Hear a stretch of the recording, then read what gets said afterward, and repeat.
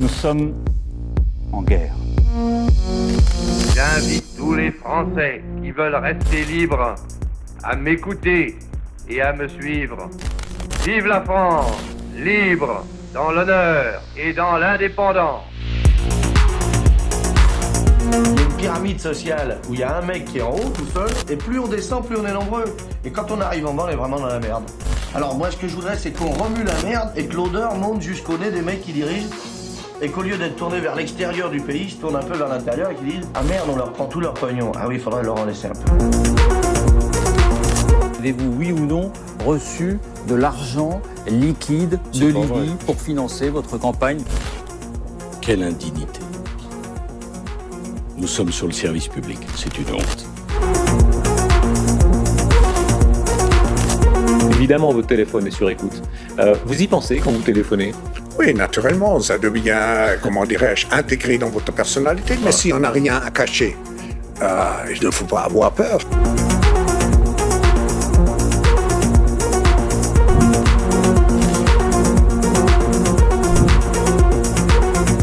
Bonjour, l'autre voix. Je pense que c'est le meilleur agent de la crise du salariat et du capitalisme. Pour une raison qu'elle n'a jamais critiqué le salariat. Cette attitude avait déjà été dénoncée au XIXe siècle par Marx, qui disait c'est complètement absurde de traiter du capitalisme sans traiter du salariat. C'est comme si on parlait de la féodalité sans parler du servage. Je veux dire, les choses sont liées. L'autre chose sur l'antisémitisme, c'est que c'est pas simplement une attitude, il y a une matrice culturelle chrétienne qui a formaté l'Europe, d'une part, et dans ce formatage, il y a le formatage de la sexualité et de la soumission au régime économique. Donc, je veux dire, ce travail n'a pas été fait parce que depuis la Commune de Paris de 1871, la subversion de la société n'a pas été pensée. Je veux dire, on fonctionne sur la censure sur le salariat. Il y a une omerta.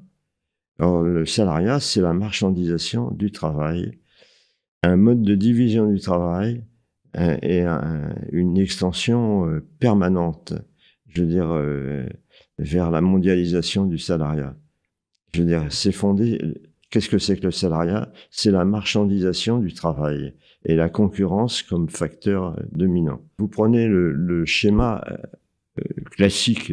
Les travailleurs revendiquent à juste titre parce qu'ils sont insuffisamment payés. Il y a une extorsion de plus-value sur le travail. Le capital se nourrit du travail salarié. Mais je veux dire, quand les travailleurs revendiquent, le capital va chercher des main-d'œuvre moins chères, sans tenir compte de leur culture, ou va exporter les fabriques.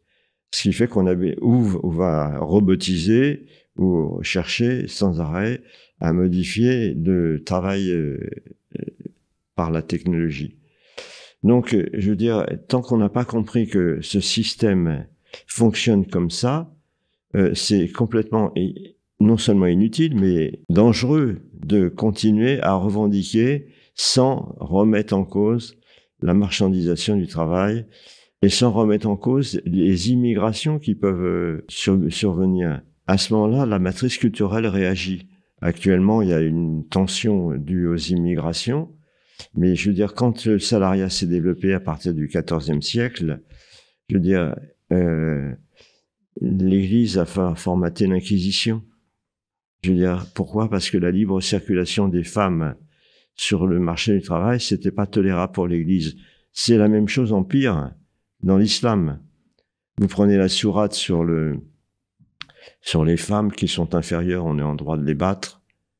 Mais en même temps, je veux dire, on interdit, on propose la polygamie et on est attentif à ne pas laisser les femmes envahir le marché du travail. Donc, si on ne fait pas le lien entre les matrices culturelles d'origine religieuse et le mode économique, je veux dire, on est un agent de cette expansion du salariat et de la crise qui c'est pas par hasard qu'actuellement, on n'a plus de médicaments en France. Ah bon, je veux dire, le stock n'est plus renouvelé. Pourquoi? Parce qu'on a tellement exporté les fabriques que la Chine et l'Inde sont les meilleurs agents de cette extension. Je veux dire, donc, la marchandisation du travail, il faut proposer d'autres types d'unions entre les travailleurs. Alors, l'Espagne libertaire avait tenté la chose. Elle a été vaincue par le fascisme et par le communisme. Je veux dire, c'est pas par hasard que Martí était dénommé le boucher d'Albacete en Espagne pour avoir persécuté les libertaires. Je veux dire, en Israël, il y a eu les kibbutz où on travaille pas pour le salaire, pour le chacun pour soi et pour la concurrence des main-d'œuvre. On travaille pour la communauté. Le kibbutz, on travaille plus pour le salaire. Le salaire, c'est un bien commun. Je veux dire, donc, on peut être un ingénieur ou un manuel, si vous voulez. Je veux dire, c'est la même somme. Je veux dire, on met tout en commun. Je veux dire, donc c'est une conception complètement différente. Mais le problème avait été vu au XIXe siècle. Je veux dire, c'est le courant salarial qui l'a emporté et qui continue de l'emporter. Enfin, maintenant, il est en crise. Je veux dire, quand j'étais, disons, jeune homme, il y avait encore une idéologie communiste, mais cette grille d'interprétation a disparu. Les gens sont avec le fait que l'URSS sombre dans le totalitarisme et dans la persécution des masses paysannes. Je veux dire, c'est quelque chose qui est apparu à tout le monde. Donc, la pensée de gauche n'a plus la cote. Ne parle plus la côte, et on commence à se rendre compte que plus on revendique pour un meilleur salaire, plus on favorise la quête de main-d'œuvre moins chère, avec des cultures complètement différentes, et il faut les analyser, ces cultures. Je veux dire, moi j'ai un trajet spécial, je peux en parler maintenant. Je suis enfant d'immigrés juifs, qui avons vécu la persécution, et j'ai dû me répondre à une question importante. Pourquoi on voulait me tuer? Et donc j'ai dû être caché 2 ans. J'ai passé un barrage de SS en force à 8 ans, et je n'avais ni ma mère ni mon père, et j'ai été obligé de travailler. Alors j'ai fait des tas de bricoles chineurs, si on sait ce que c'est que la Chine, avec un cousin qui était brocanteur. Et je me suis dit, je vais faire une carrière médicale, comme ça je vais rendre service aux gens. Donc j'ai été chirurgien dentiste, mais j'ai ouvert aussi un restaurant culturel. J'ai aussi fait revivre cette culture yiddish qui avait été assassinée. Voilà, donc, et j'avais à répondre à la question de la guerre d'Algérie. Donc je pouvais pas supporter l'idée de la torture. Non pas que j'ai été soigné gratuitement, bénévolement en Algérie, jusqu'à temps que mon chauffeur me dise si j'ai un juif en face de moi, je le tue. Et je devais comprendre comment que ça se fait qu'il y ait ces mécanismes culturels qui continuent d'agir. Donc il y a tout un travail à faire qui n'a pas été fait, enfin, ou par si peu de personnes. Voilà, donc les guerres d'Algérie, pour ne pas aller au service militaire, j'ai été en neuropsychiatrie en leur disant, vous m'avez pas eu à Auschwitz, vous m'aurez pas ici. Et ça a marché, je suis resté 5 semaines, et j'étais enfermé avec les cathos qui étaient devenus fous de culpabilité d'avoir torturé. Voilà. Donc ça a marché. Et juste après, j'ai trouvé un remplacement en Afrique noire. Et au retour, j'ai j'ai pas supporté la chasse aux faciès contre les Algériens. Non pas que je défendais la politique du FLN, mais il y avait quelque chose d'intolérable. Et il y avait d'autres choses intolérables. Et, il n'était pas normal que De Gaulle dise un jour Algérie française et le lendemain Algérie algérienne. C'était se moquer des gens.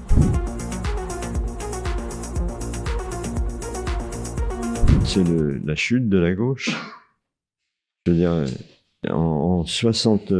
j'ai commencé à écrire en 1973. Les travaux ont été remarqués par des personnes comme André Gortz au temps moderne, et l'autre, c'était Philippe Gavy, qui ont remarqué mes travaux. Et le livre a été, Marx, l'association anti-Lénine, a été publié chez Payot. Et j'ai été invité en Espagne au congrès des philosophes d'Oviedo. Et j'ai été rendre visite à la Révolution portugaise. Et là, Otelo de Carvalho a présenté ce livre comme étant son livre de chevet avant qu'il se fasse arrêter par la gauche. Je veux dire, il a été mis en prison par la gauche. Voilà. Donc, il y a une pensée de gauche qui est complètement investie dans la poursuite du système capitaliste, avec une bonne conscience, parce qu'elle défend les travailleurs. Elle défend les travailleurs, mais elle a une inconscience sur le système qui fait que quand on exploite les travailleurs, ils revendiquent, et dans le cadre du salariat, ça entraîne, je veux dire, une expansion du salariat, une importation de main-d'œuvre de cultures différentes. Alors, non pas que je suis pour le rejet systématique de toutes les cultures, mais il faut les analyser. Je vous raconte une petite histoire, une anecdote, si je peux. En Afrique noire, donc j'étais en lien avec des gens qui voulaient une Afrique nouvelle, des Africains. Et donc, j'ai été soigné en Afrique noire pendant 6 mois. Et donc, j'avais extrait une dent à un Africain en quartier africain, et puis il avait toujours plus mal le lendemain que la veille. Et il voulait me tuer. Merci. Pourquoi? Parce que je lui avais mis le fétiche là, dans la bouche. Et moi, le fétiche, c'est moi qui vais lui mettre. Parce que le fétiche, c'est la croyance à une puissance supérieure qui commandite les actes. Je lui ai mis le diable dans la bouche. Voilà. Donc voici un comportement culturel. Après, les autres Africains dans le quartier de Treichville lui disaient, mais non, celui-là, c'est un Mont Blanc. Il fait pas de mal. Oui, mais je veux dire, les matrices culturelles, il faut les analyser. Et je veux dire, ce qui est important, par exemple, la pensée inquisitoriale en Europe, elle a façonné l'antisémitisme. Il n'y a pas tellement d'antisémitisme, je veux dire, avant 1094, je crois, l'appel à la croisade à Clermont par je veux dire, à ce moment-là, il y a une volonté de tuer les Juifs. Mais si on prend, par exemple, matrice culturelle de Chrétien de Troyes, Chrétien de Troyes, il y a cette phrase, les Juifs, on devrait les tuer comme des chiens.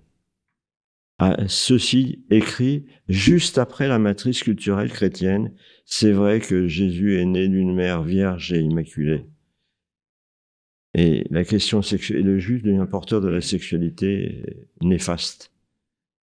Je veux dire, eh bien, dans Chrétien de Troyes, il y a le texte avec la phrase suivante, les Juifs, on devrait les tuer comme des chiens. Ça marche au début du XIe siècle, XIIe siècle, à une époque où le servage est développé. Je veux dire, et ensuite, la matrice culturelle chrétienne, elle va fonctionner pendant 4 ans.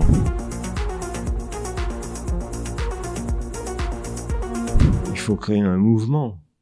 Je veux dire, ça va pas se faire du jour au lendemain, mais poser le problème de la solidarité nécessaire, je veux dire, et de l'association, et puis d'un mode spécial de la division du travail. Par exemple, est-ce que c'est normal qu'on n'aille jamais travailler la terre? C'est pas normal. Je veux dire, quand le mouvement, c'est en 1975, 74 après l'apparition du livre Marx, l'association anti-Lénine, s'est faite, eh bien, on a posé le problème de faire des chantiers collectifs. Je veux dire, plutôt que d'aller sur des bateaux où il y a 3000 personnes, pourquoi pas faire un chantier collectif? Moi, j'ai participé tout en étant dentiste, à ramasser les foins. et à connaître des gens paysans où je veux dire, on a construit une bergerie pour un couple qui voulait rallier la campagne et il n'y avait pas assez de place pour les chèvres. Donc on a fait ça en commun. Je veux dire, on a appris les uns des autres et en parlant des matrices culturelles. Pourquoi on trouve dans les évangiles de saint Paul cette phrase sur les esclaves restés dans l'état où le Seigneur vous a trouvé, surtout ne vous révoltez point. Pourquoi on trouve ça alors que dans le judaïsme on trouve il y a au niveau de Philon d'Alexandrie on trouve l'apologie de cette mise en commun des travaux d'esprit kibbutz. Je veux dire, c'est important d'avoir comme éducation. On n'apprend pas ça à l'école actuellement. Hein. Trop individualiste ou alors des formes marchandes comme ce qui se passe sur le football. Je veux dire, c'est la concurrence qui est le fondement et la marchandisation qui est le fondement de la pensée du salariat.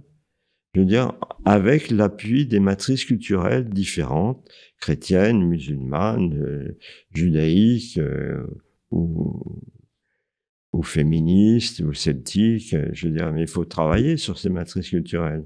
Je crois qu'il faut remettre en question toutes les matrices culturelles et voir celles qui sont progressistes réellement et celles qui ne le sont pas.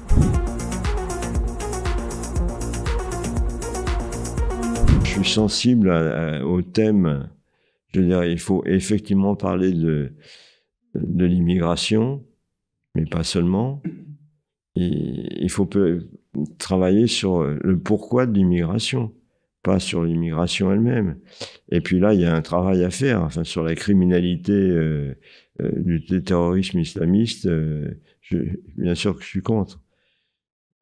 Mais il faut poser le problème de l'islamisme, mais aussi la matrice culturelle chrétienne qui était à l'œuvre dans la pensée de gauche et également. Je veux dire, il y a un moment donné, il faut poser le problème. Pourquoi l'antisémitisme?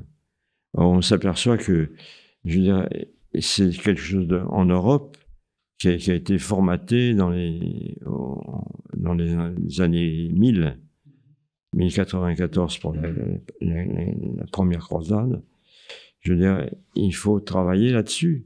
Je veux dire, c'est important, mais il faut travailler fraternellement. Je veux dire, c'est pas normal qu'on tue au nom de l'islam. C'est pas normal qu'on ait tué au nom de la chrétienté. Je veux dire, alors cette matrice a été sécularisée. Je veux dire, elle passe dans l'inconscient culturel. Et donc, c'est important de démonter ces matrices culturelles. Si on prend donc, ce que je reproche, par exemple, aux institutions juives qui sont trop béni-oui, c'est de ne pas avoir posé le problème, enfin, sauf un auteur qui s'appelle Léon Poliakov, qui est décédé malheureusement, mais qui a travaillé sur les théologies. Il faut s'en prendre aux théologies et après à la mutation séculière de ces idéologies. Je veux dire, or ce travail n'a pas été fait. Il a été fait par un auteur qui s'appelle Yam Maccoby, qui a écrit sur Paul ou l'invention du christianisme. Sur l'islam, il est fait plus ou moins. Il y a des dénonciations de la violence. Mais je veux dire, ce travail est à faire sans agressivité, bien sûr. Je veux dire, pour avoir un humanisme qui soit réellement de gauche. Enfin, je dis ça avec humour.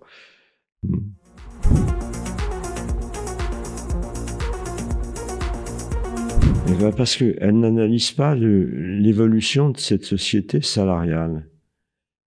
Je veux dire, donc elle est incapable d'analyser ce que c'est que les épidémies, des pandémies. On n'apprend pas aux gens à vivre sans bactéries.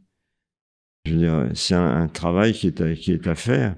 Je veux dire, c'est un peu abordé dans les 5 crises. J'avais écrit dans l'Observateur il y a très longtemps, hein, la révolution de notre art de vivre et de nous soigner doit être liée à une révolution antisalariale.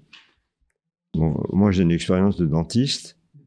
Et ce que j'ai vu, c'est que les enfants de travailleurs avaient les bouches plus abîmées que les enfants de bourgeois. Pourquoi? Pas seulement parce qu'il y a une différence de soins, c'est parce que la bouche n'a pas été pensée. La bouche, c'est un milieu multifonctionnel, je veux dire, sexuel, enfin, nourriciel, je veux dire, oral, chanté, enfin, je veux dire, ça a de multiples fonctions.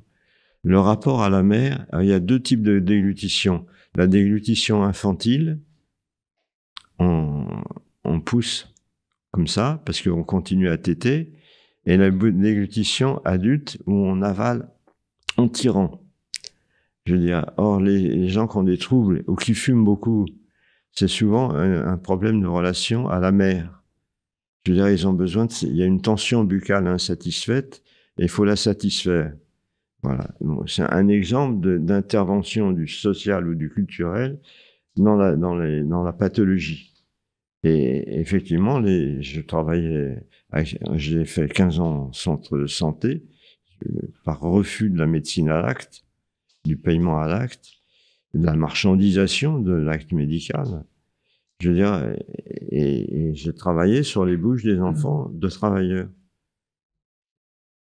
Et j'ai soigné aussi en quartier bourgeois, donc je pouvais voir la différence. Qui n'était pas seulement un problème d'éducation, mais un problème de matrice culturelle infantile. Les laboratoires, ce sont des grands, enfin, je veux dire, c'est des instruments capitalistes, je veux dire, qui cherchent le profit. Je veux dire, entre chercher le profit et soigner, il y a une différence. Je veux dire, et elle a été incapable de mettre ça en évidence. Je veux dire, donc, les frontières s'effondrent. Actuellement, il y a des querelles sur le pass de la Chine ou non. Je veux dire, ça fait partie du système. Je veux dire, et on n'est pas à la merci de nouvelles épidémies ou pandémies. Il y a un travail à faire sur les reports microbiens. C'est une chose Qu'est-ce que c'est que le report microbien? Bon, on fait tomber quelque chose par terre, on le ramasse et on se lave pas les mains. Il y a ça comme geste, mais il y en a plein d'autres. Donc, je veux dire, la gauche n'a pas fait son travail critique vis-à-vis de la vaccination, par exemple, qui était promu par le gouvernement, mais aussi par les laboratoires en quête de profit.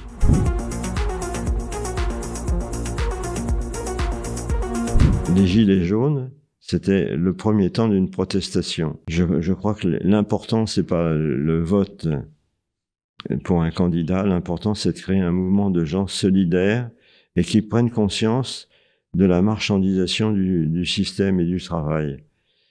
Et donc, par des gestes, est-ce qu'on est capable de partager entre nous, je veux dire, de mettre en commun des recettes? Je sais pas combien vous gagnez par mois, peu importe, mais je dirais, est-ce qu'on peut pas mettre en commun ici, déjà, une gestion collective d'une somme donnée? Est-ce qu'on peut pas faire ça? Ça change les mentalités. Le communisme, c'est un capitalisme d'État. Enfin, le mot communisme, il est un peu dévalorisé par le fait qu'il y a eu Lénine, Staline, Mao, Castro. Parce que dans le salariat, il y a une extorsion de plus-value monétaire, je veux dire, traduite en monnaie, mais il y a aussi une extorsion de pouvoir social. Alors, il y a un auteur qui m'a repéré en 1972 ou 13, qui s'appelle Gérard Mandel, mais qui est décédé, socio-psychanalyste, qui a créé la socio-psychanalyse en montrant qu'il y a non seulement une extorsion de plus-value sur le travail, mais il y a une extorsion de pouvoir social, le pouvoir de décider. Or, c'est ça qu'il faut remettre en cause sur les deux aspects du salariat.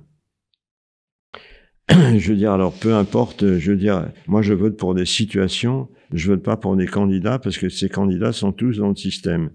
Il y en a très peu qui sont, et il y en a qui avancent des idées intéressantes. Hein, je revendique pas d'être le seul.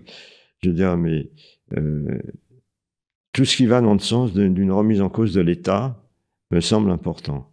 Et pour affirmer le pouvoir des masses. Mais pas n'importe quoi, enfin, je veux dire.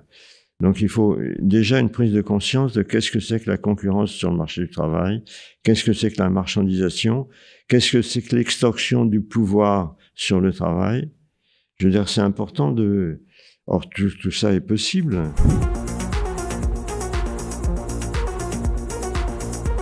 Sur le pourquoi de l'antisémitisme, j'ai été obligé de répondre à pourquoi on voulait me tuer quand j'étais enfant. Je veux dire, j'ai passé un barrage de SS en force au métro Château de Vincennes. Pourquoi? Parce que ma grand-mère avait l'obsession que je sois un intellectuel. Donc, j'avais une tante qui continuait à travailler en dépit de sa judéité. Et donc, elle lui dit, emmène-le qu'il voit Paris, qu'il voit les monuments, qu'il voit Notre-Dame, qu'il voit l'hôtel de ville.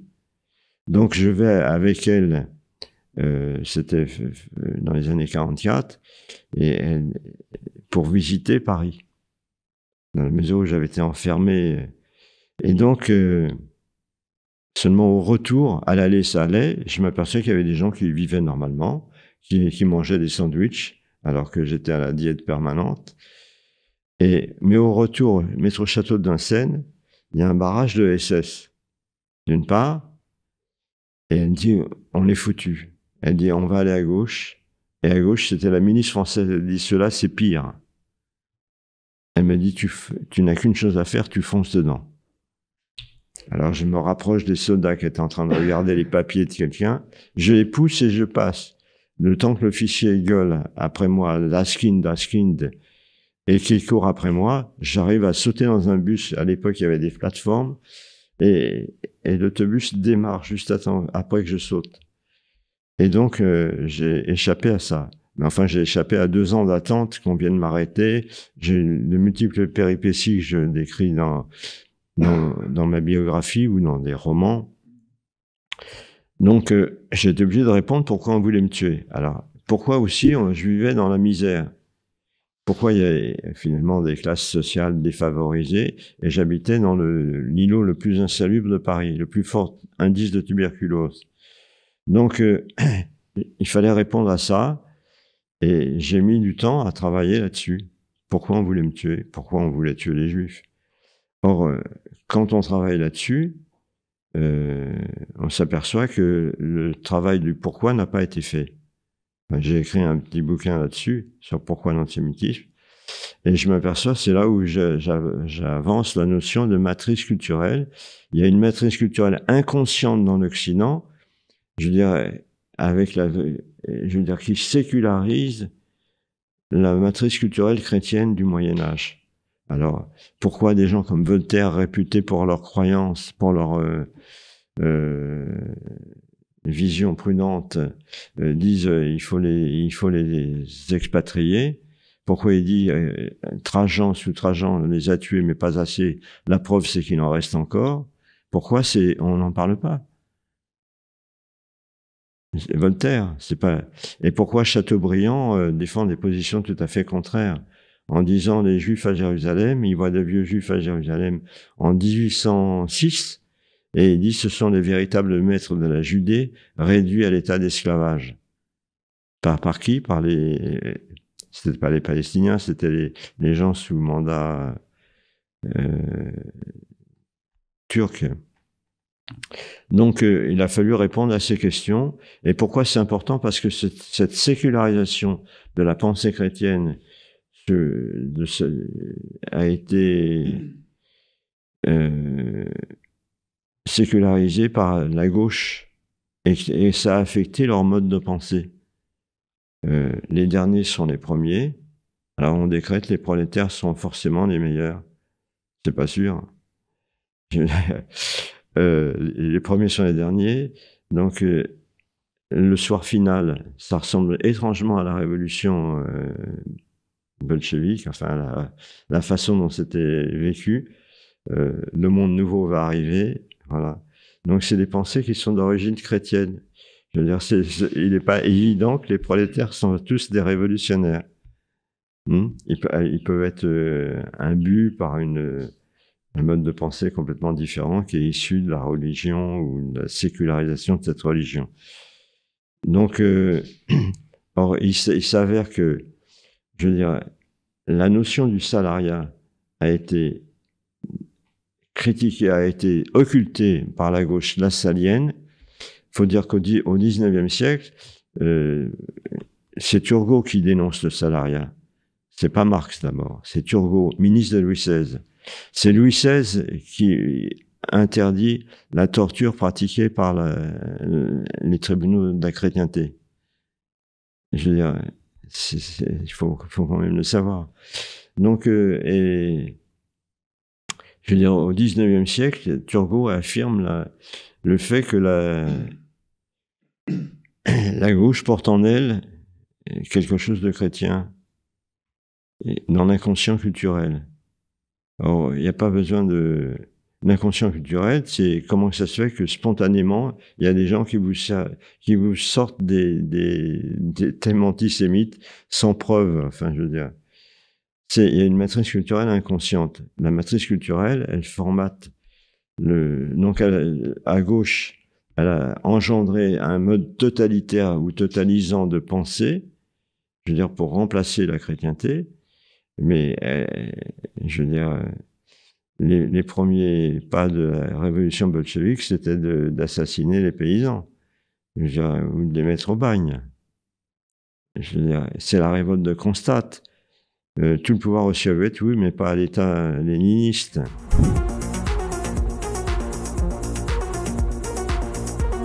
Je ne crois pas que ce soit terminé. Il y a eu des assassinats en France, pas seulement de juifs, mais il y en a eu. Je veux dire, dans le monde musulman, il y a un fort antisémitisme. Je veux dire, ça pèse dans le conflit israélo-palestinien. Cet antisémitisme, c'est pas seulement une question de territoire occupé ou pas occupé.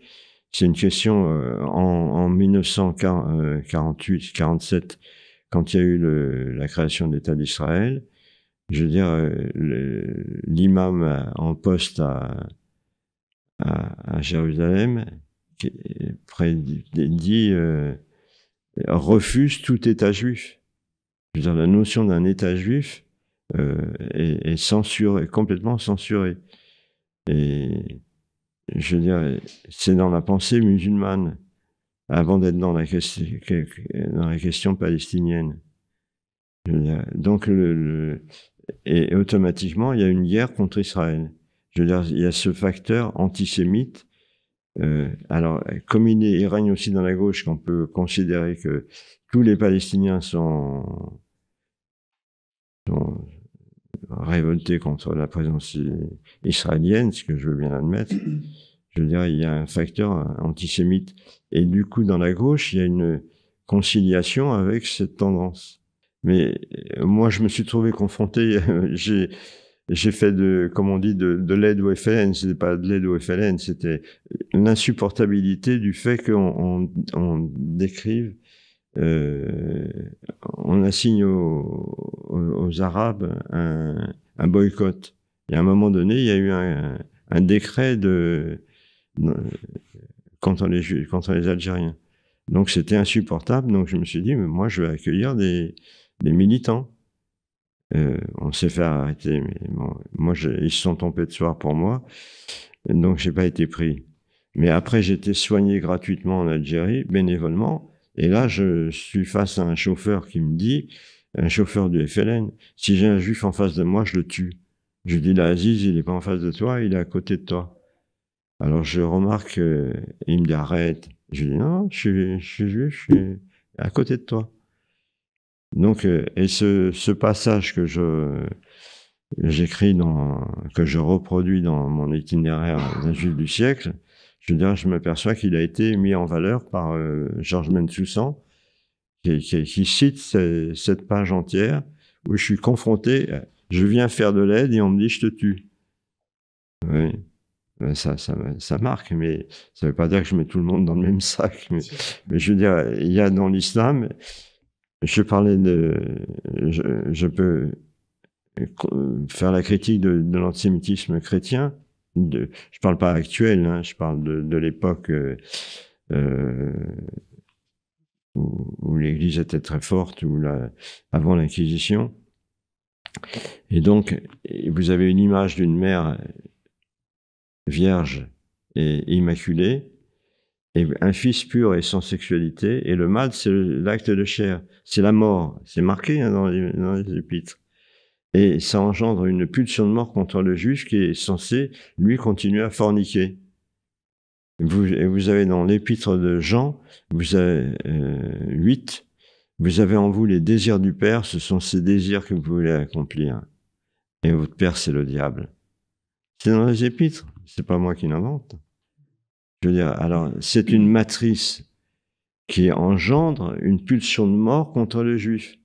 Alors, cette pulsion de mort, elle est décrite par Freud dans Malaise dans la civilisation. Je veux dire, il y a une pulsion, il y a un plaisir dans le fait d'engendrer la mort de quelqu'un qu'on déteste. Je veux dire. Donc, ça s'est passé dans l'inconscient culturel. Alors, on reprend à gauche, chez Proudhon, chez Fourier, chez Bakounine. Qu'est-ce qu'il y a encore? Proudhon, Fourier, Bakounine et Marx. Oui. Marx, il faut rendre le juif impossible. Voilà. Et la religion du juif, c'est l'argent. Ce qui était faux, parce qu'il y a aussi une banque protestante. Connaître et faire prendre conscience à la chrétienté qu'elle a été persécutrice. Les Juifs ont été expulsés 4 siècles de France. Je veux dire, et Vichy, ça a existé. On me dira, Vichy, c'est pas les nazis. Alors effectivement, quelqu'un comme un administrateur de la question juive sous Vichy, et il disait en 1960. Attendez, 73, non, je ne me trompe pas. Enfin, il déclarait, il faudra veiller à ce qu'une minorité de juifs alsaciens ou anciens combattants ne soit pas exterminée. C'est écrit en 1942, 27 mars 42, voilà, c'est revenu. Oui. Donc c'était le secrétaire aux affaires juives, hein, on le trouvait trop mou. Et on le trouvait trop mou, il disait, il faudra quand même veiller à ce qu'une minorité de juifs anciens combattants ou alsaciens ne soient pas exterminés. Donc quand on vous dit on ne savait rien, c'est complètement faux, tout le monde savait. Enfin, je veux dire, j'ai porté l'étoile jaune à 6 ans, je me suis fait cracher dessus, donc tout le monde savait. Donc il faudrait remettre en cause les matrices culturelles. Ça ne veut pas dire que la spiritualité chrétienne existe, bien sûr. Vrai ou pas vrai, on a le droit de vivre dans le doute, hein, je veux dire, dans le judaïsme aussi, mais ça n'a jamais engendré d'option totalitaire ou totalisante. Et dans l'islam, il y a une option totalitaire et totalisante. C'est pas un crime de dire ça, c'est la vérité. Alors, on peut vivre avec ça tout en n'assumant pas les conséquences.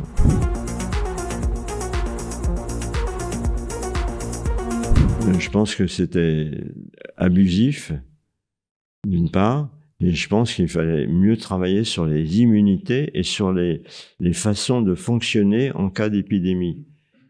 Je veux dire, la preuve, maintenant, on se rend compte que je veux dire, il n'y a pas que la médecine autoritaire, enfin, disons.